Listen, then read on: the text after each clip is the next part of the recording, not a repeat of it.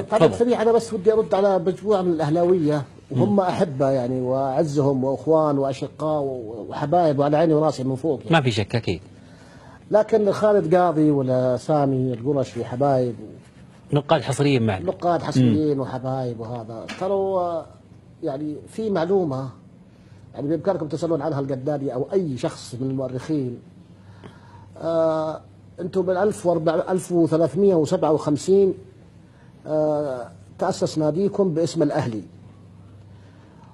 وتم حله من عمر شمس، حله عمر شمس في 1370، وكان شعاره اللون الأزرق والأبيض، ورفض أنه يعطيكم هذا الشعار. بعد كذا في السبعينات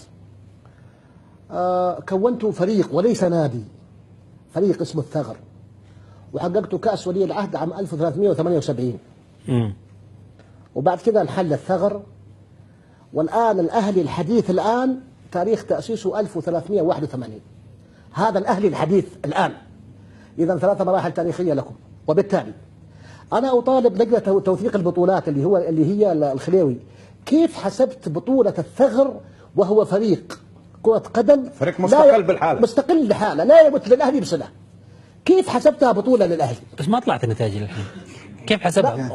هم لا تساؤل منطقي هذا، طلعوها في تويتر. أنا تساؤل منطقي كبيان، مش اللجنة، بيان الأهلي.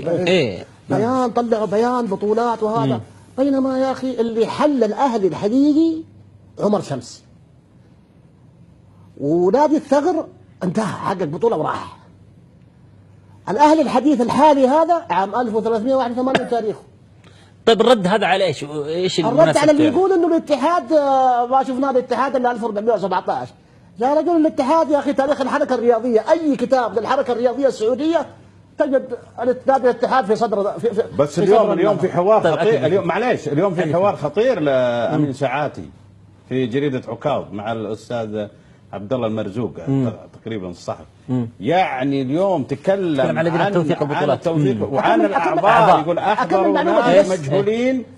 اكمل معلومتي بس، معليش اكمل معلومتي. طيب تفضل فيصل، بس شبك تفضل. تأسس الاهلي عام 1381 بعد ما اخذ شعار الشباب والاتفاق الاخضر والابيض، وعندنا قصاصات لادارات الاتفاق سابقا